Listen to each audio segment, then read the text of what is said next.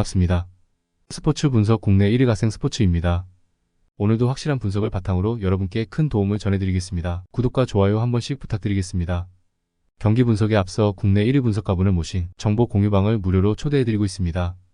영상 아래 고정 댓글 통해 메시지 주시면 참여 가능하시니 많은 참여 부탁드리겠습니다. 4월 21일 해외 축구 일정입니다. 첫 번째 낭트와 스타드렌의 경기입니다. 낭트는 지난 라운드에서 터진 반바의 골로 르하브르를 잡고 잔류권으로 올라갔습니다. 리그왕이 챔피언십과 세리에 못지않게 치열한 잔류 경쟁 중인데 최근 3경기에서 2승을 따내며 잔류를 향해 가고 있습니다. 시몬이 부상을 당하며 빠진 상황이지만 알바인과 몰렛, 반바가 이선에서 착실하게 기회를 만들고 있고 치리베아의 중원 존재감도 살아났습니다. 렌은 최근 흐름이 좋지 않습니다. 마르세유를 잡은 이후 리그에서 3연패를 당하며 유럽 대항전 진출이 멀어졌습니다. 유럽 대항전 진출과 더불어 FA컵 우승을 노렸지만 준결승에서 탈락했기에 최근 분위기가 좋지 않습니다. 산타마리아와 르피 등이 중원에서 주도권을 내주진 않지만 칼리무엔도와 브리고드 등 최전방 공격진의 마무리가 아쉽습니다. 연패를 끊기 위해 렌이 원정에서 크게 무리하지 않을 수 있습니다. 르피와 산타마리아, 두이 등이 중원에서 수비 라인 보호에 열을 올릴 것이고 테아테가 상대 축포인 모하메드를 경기 내내 강하게 압박할 것입니다. 렌이 중원에서 밀리지 않으며 원정이지만 승점 1점을 가져갈 수 있습니다. 그러므로 이 경기는 무승부와 언더를 추천드립니다. 다음으로 엠폴리와 나폴리의 경기입니다. 엠폴리는 지난 라운드에서 레체에 패했습니다. 토리노에 승리하며 강등권 탈출의 신호탄을 쏜 것으로 보였는데 텐백으로도 원하는 승점 1점 추가에 실패했습니다.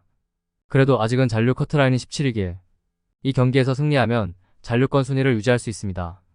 강팀 나폴리 상대로 공격 일변도는 어려울 것이기에 마린과 바스토니가 중원과 최종 수비의 간격을 유지하며 실점을 피하려 할 것입니다. 나폴리는 지난 라운드 홈경기에서 프로시노네와 비겼습니다. 코파 이탈리아에서 앞길을 막은 팀을 상대했기에 승리를 노렸고 폴리타노와 오시멘의 골이 나왔지만 측면 수비수인 후이가 퇴장당한 여파가 컸습니다. 그래도 이번 원정 경기에서는 후이를 제외한 추측 선수들이 정상적으로 나설 수 있습니다. 엠폴리가 홈이지만 수비적으로 경기에 나설 것이기에 저득점이 유력합니다. 엠폴리는 루페르트와 베레신스키 등 경쟁력 있는 중앙 수비가 있지만 중원의 수비 보호 기복이 있습니다. 로보트카와 앙기사가 중원에서 점차 경기의 주도권을 잡을 것이고 오시멘과 흐비차, 라스파도리의 스리톱이 공격을 이끌 나폴리가 승리하고 승점 3점을 추가할 것입니다. 그러므로 이 경기는 나폴리의 승리와 언더를 추천드립니다. 다음으로 맨체스터 시티와 첼시의 경기입니다. 잉글랜드 FA컵 준결승입니다. 맨시티는 주중 열린 챔스 8강에서 레알에 패하며 우승 도전이 끝났습니다. 이제 남은 일정은 4강에 오른 FA컵과 치열한 우승 경쟁 중인 리그뿐입니다. 때문에 주중 연장과 승부차기를 치렀음에도 추측 선수들이 정상적으로 플레잉 타임을 가져갈 것입니다. 포든과 로드리 실바를 비롯해 120분을 소화한 선수들이 다시 풀타임을 뛸 것이고 알바레스와 홀란드가 공격을 이끌 것입니다. 첼시는 8강에서 챔피언십의 강호인 레스터에 승리했습니다. 최근 리그와 컵 대회 등에서 무패를 기록 중인데 리그컵 준우승에 이어 FA컵 우승을 노리고 있습니다. 지난 리그 경기에서는 에버튼 상대로 엄청난 화력으로 6골을 뽑아내며 승리하기도 했습니다. 포트트릭을 기록한 에이스 팔머를 비롯해 잭슨과 길크리스트 등이 골을 터뜨렸습니다. 그러나 페널티킥 상황에서 키커 욕심을 낸 잭슨과 마두에케가 추태를 부리기도 했습니다. 체력적 부담이 있긴 하지만 이동으로 인한 피로도가 없기에 전력을 다할 수 있습니다. 첼시는 갤러거와 카이세도가 중원을 잘 지탱하고 있지만 공격진이 삐걱거리고 있습니다. 로드리와 데브라이너의 중원 장악 속에 공격을 주도할 맨시티가 승리할 것입니다. 그러므로 이 경기는 맨시티의 승리와 언더를 추천드립니다. 다음으로 발렌시아와 레알 베티스의 경기입니다. 발렌시아는 지난 라운드에서 터진 알메이다의 결승골로 오사수나를 잡고 6위인 소시에다드와 승점 차이를 3점으로 줄였습니다. 강팀의 지위를 잃은 듯 했던 최근 몇 시즌이었는데 유럽 대항전으로 복귀할 준비를 마쳤습니다. 7경기가 남은 상황에서 승점 3점까지 추격했고 충분히 순위 역전을 노릴 만합니다. 모스케라와 바스케스, 폴키에 등이 호세가야가 빠진 수비진을 지탱하며 3경기 연속 클린시트를 합작했습니다. 베티스는 미란다와 페키르의 골로 셀타비고에 승리하며 아직 유럽 대항전 출전에 대한 의지를 이어갔습니다. 너무 많은 선수의 인앤아웃이 있던 이번 시즌이기에 일정한 경기력 유지에 애를 먹었지만 그래도 경쟁력을 보였습니다. 특히 연패를 당하며 위기에 처한 상황에서 나온 승리로 인해 분위기를 끌어올렸고 발렌시아 상대로 원정 승리에 도전합니다. 베티스가 수비 위주로 경기에 나설 것이기에 저득점이 유력합니다.